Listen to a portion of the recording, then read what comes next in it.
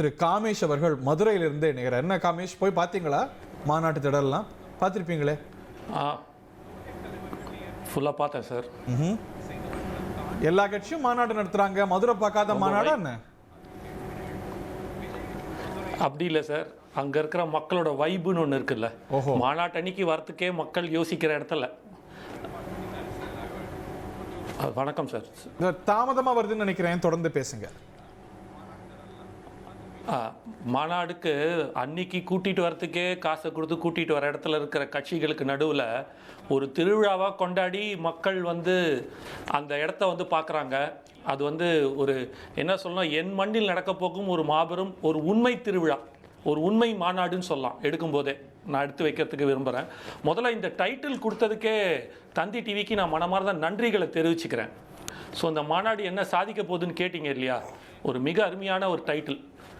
ஏன் சொல்கிறேன் அப்படின்னா, விஜயண்ணா அதாவது என்னென்றி கொன்றார்க்கும் ஓய்வுண்டாம் ஓய்வில்லை சென்றென்றி கொன்ற மரர்க்குன்னு வள்ளுவனோட வாக்குக்கு ஏற்ப இந்த தமிழ்நாடே விஜயண்ணாவை தலையில் தூக்கி வச்சு கொண்டாடுற அளவுக்கு ஒரு மாபெரும் தன்னோட தொழிலில் சினிமா நடிகனாக உச்ச நடிகனாக வச்சு கொண்டாடின இடத்துல இந்த மக்களுக்கு திருப்பி கொண்டு செய்கிறார் இல்லையா, அந்த நல்ல உள்ளம். இது ஏன் அப்படின்னா, இன்று திசை மாறிக்கொண்டு திரிந்து கொண்டிருக்கும் இளைஞர்களை ஒரு அரசியல் வழிமுறைப்படுத்த, மக்கள் சேவை செய்ய, இப்படிப்பட்ட ஒரு விஷயத்துக்குள்ளே கொண்டு வருது சாதாரண விஷயம் இல்லை. இதெல்லாம் ஒரு தலைவனால் மட்டும்தான் முடியும். அந்த தலைவனை நம்புகிற ஒரு கூட்டத்தை, என் ரசிகர்களை, என் தோழர்களை நான் அரசியல் வயப்படுத்தி இந்த சமுதாயத்துக்கு ஒரு மாற்றாக கொண்டு வருவேன்னு சொல்கிறதே ஒரு மிகப்பெரிய முதல் சாதனையாக நான் பார்க்குறேன். அது மட்டும் இல்லை, அங்கே வர ஆட்கள் கிட்ட நாங்கள் பேசுகிறோம். கலந்த 5-6 நாட்களாக நான் களத்தில் தான் இருக்கோம். எல்லார்கிட்டையுமே ஒரு பாசிட்டிவ் வைப் இருக்குது. மக்கள்கிட்ட ஒரு சந்தோஷத்தை பார்க்குறோம். கவலையை மறந்து அப்படி நின்று பார்த்துட்டு அதுக்குள்ள அந்த வைப்ரேஷனோடய வைப்ரேஷனோடய போறாங்க ஒரு சந்தோஷமாக. முன்னாள் சட்டமன்ற உறுப்பினர் இணைந்திருக்கிறார். வைபெல்லாம் தெரியுமா? எந்த மாநாட்டுல மக்கள் இப்படி வைப் பண்ணிருக்காங்க திரு தனியரசு? இல்லையா, இப்போ எங்கள் காமேஷ் இப்போ விஜய் பேசாததை, விஜய் கட்சியில் இருக்கிற ரசிகர்கள் பேசாததை, தமிழ்நாட்டு மக்கள் பேசாததையெல்லாம் விஜய்க்கு பெரிய அளவுல மக்கள் ஆதரவு மாநாட்டுக்கு போயிருக்கிறாரு, பரவசம் அடைஞ்சிருக்கிறாரு, இந்த திடலை பார்த்திருக்கிறாரு, இந்த பிரம்மாண்டத்தை பார்த்திருக்கிறாரு, இன்னைக்கே போறதை பார்த்திருக்கிறாரு, வைப் ஆயிருக்கிறாரு. உங்களுக்கு எல்லாம் எங்க புரிய போகுது வைப்? அதுதான் இப்போ எங்கள் தமிழ்நாட்டிலேயே விஜய் கட்சியை அல்லது விஜயை தலைவராக ஏற்றுக்கொண்டு பரவசம் அடைகிற ஒரே முதல் மனிதன் எங்கள் காமேஷ் தான். அப்போ நீங்கள் இந்த விஜய் அல்லது தமிழக வெற்றி கழகம் ஒரு 2வது மாநாட்டை நடத்துகிறது. ஏற்கனவே நடத்திய ஒரு 1வது மாநாடு, அந்த மாநாட்டுக்கு இடையில் இத்தனை மாதங்கள் தமிழக வெற்றி கழகம் தமிழ்நாட்டு மக்களுக்கு என்ன இதுவரை சாதித்தது, என்ன போராட்டத்தை களத்தில் நின்று நடத்தியது இல்லையா? இப்போ இவ்வளவு விமர்சனங்களை நான் கடுமையாக வைத்த பொழுது கூட இன்னைக்கு ஸ்ரீவில்லிபுத்தூரில் ஒரு அழகான மாணவன் இந்த மாநாட்டுக்கான ஃப்ளெக்ஸ் அதாவது விளம்பர பதாகையை வைக்கிற பொழுது அதில் பாதிக்கப்பட்டு இன்னைக்கு தம்பி இறந்து போயிருக்கிறான். அந்த குடும்ப கதறதை நான் பார்க்குறேன். அப்போ தமிழக வெற்றி கழகத்தின் மாநாடு நாளைக்கு ஒரு வெற்றியை தருகிற செய்திக்காக அவர்கள் களத்தில் நிற்கிறாங்கன்னா, ஒரு மாணவன் தன் இன்னுயிரை இழந்திருக்கிறாருன்னா, அப்போ நீங்கள் தமிழக வெற்றி கழகத்தினுடைய தலைவர் அந்த மாணவனுடைய இறப்பு அந்த குடும்பத்துக்கு போய் ஆறுதல் சொல்லாமல் மாநாட்டுக்கு பார்க்குறாருன்னா, இப்போ இவர் எப்படி மனிதாபிமானமாக இருப்பார்? அந்த தொண்டனுக்கு எப்படி இவர் இப்போ அப்படியே பரவசம் அடைகிறாங்கன்னு எங்கள் காமேஷ் சொல்கிறதுக்கும், இவர் பரவசம் அடைகிறதா இருந்தால் ஸ்ரீவில்லிபுத்தூரில் தனக்காக உழைத்த ஒரு களத்தில் நின்று போராடின மாநாட்டு பணியில் ஈடுபட்ட ஒரு அன்பு மாணவன், அந்த குழந்தை பெற்றோர்கள், அந்த உற்றார் உறவினர்கள் கதறி அழுகிற பொழுது அங்கே போகாமல் இங்கே மாநாட்டுக்கு வர்றாரு.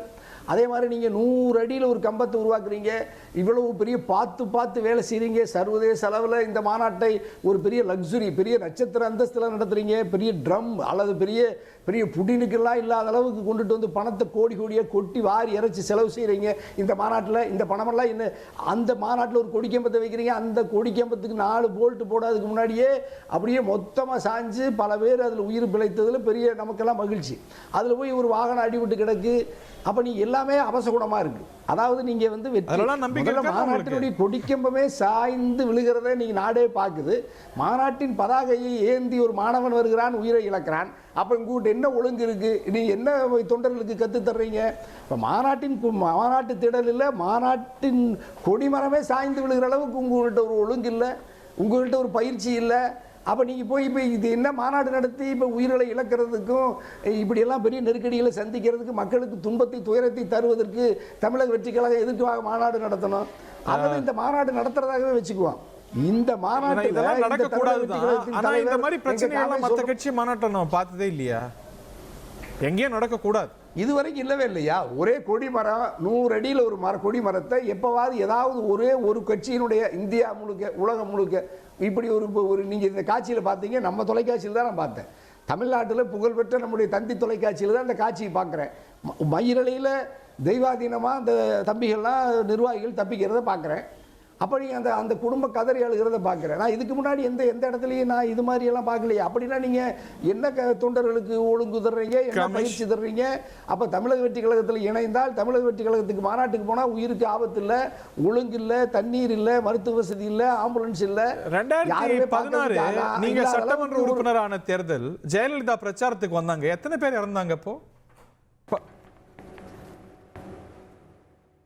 அல்லையா இப்போ எத்தனை இப்போ இல்லை அப்படியெல்லாம் நீங்கள் மாநாட்டு திடல்ல இப்படி கொடி மரமோ அல்லது மாநாட்டு திடல்ல நீங்கெல்லாம் சட்டமன்ற வேட்பாளரா இருக்கும்போது ஜெயலலிதா உங்களுக்கெல்லாம் பிரச்சாரம் பண்ணும்போது ஆங்காங்க பல பகுதிகளில் உயிரிழந்தாங்க. எந்த உயிரிழப்பையும் நம்ம நியாயப்படுத்தக்கூடாது, அதை நம்ம சேர்த்தே பதிவு செய்யணும். காமேஷ் பதில் சொல்ல விரும்பினீங்க? இல்லை இல்லை அண்ணா தனியரசுங்க, நீங்க எப்ப திடீர்னு மாநாடு புரியல. ஒரு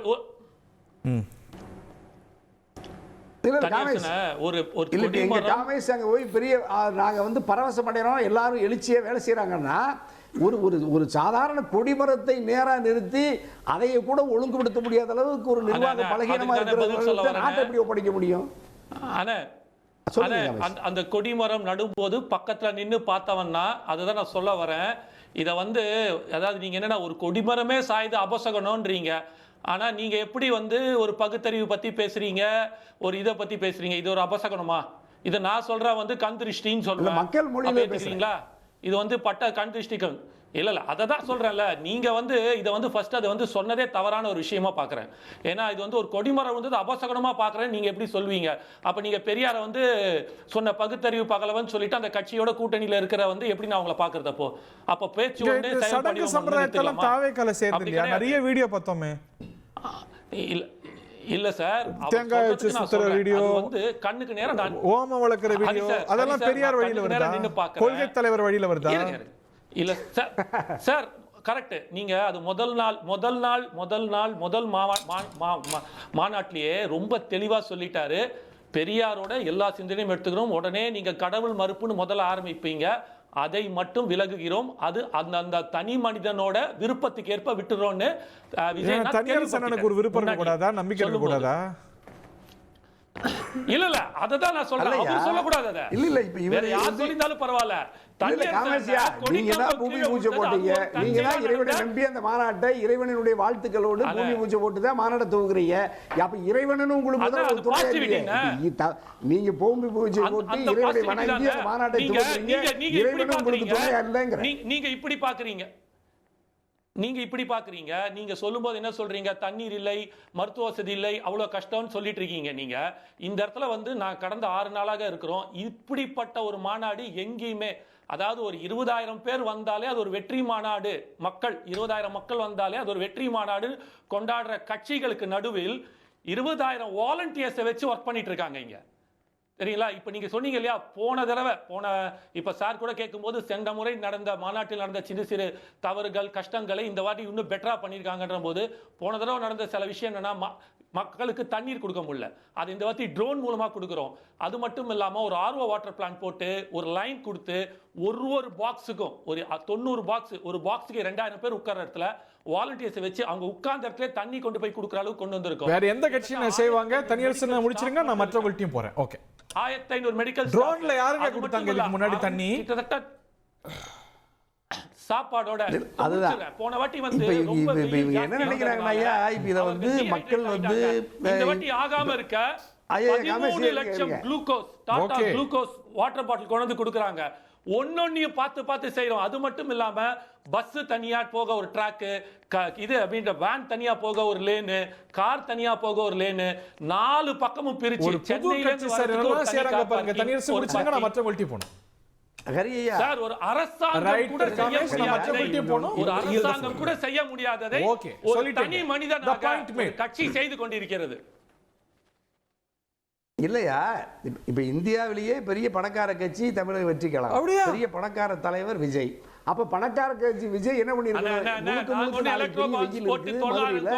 பெரிய குழந்தைகள் வர்றாங்க, பெரியவங்க வர்றாங்க, ஒரு மனிதனோட தனி உழைப்புன ஆனா தனியரசன போற போக்கு அடிச்சு விடாத. ஒரு தனி மனிதனோட உழைப்பு, அவரோட காசு. இந்தியாவிலேயே பணக்கார கட்சின்னு சொல்றீங்க. நடத்துறீங்க.